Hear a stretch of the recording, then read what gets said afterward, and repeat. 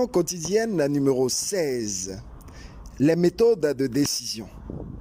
Une bonne méthode pour de bonnes décisions doit intégrer aussi bien des aspects humains, émotionnels et intuitifs que les paramètres de la raison et du moment. Ainsi, nous avons deux types de méthodes. Méthode dite linéaire et l'approche latérale. En effet, les méthodes linéaires, rationnelles et dichotomiques ont des étapes très claires et bien définies.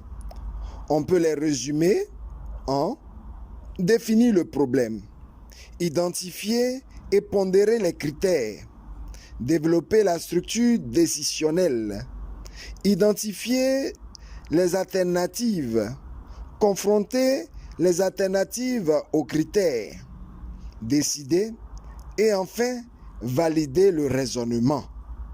Ces méthodes ont pour avantage de guider l'utilisateur pas à pas, mais l'inconvénient est sa rigidité.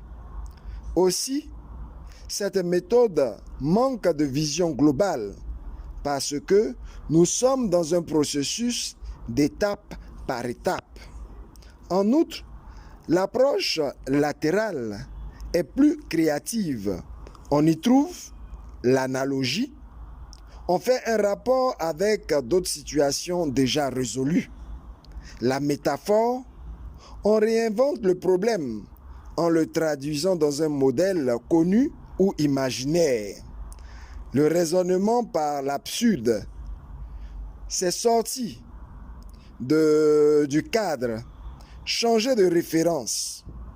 L'avantage de l'approche latérale est qu'on décide de façon plus créative. Mais l'inconvénient, c'est que nous avons une perception négative de cette approche de par notre entourage.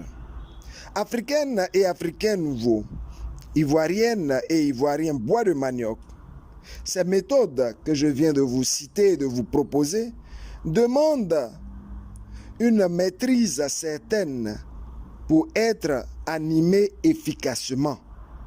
Une sagesse africaine nous dit que c'est en forgeant que l'on devient forgeron.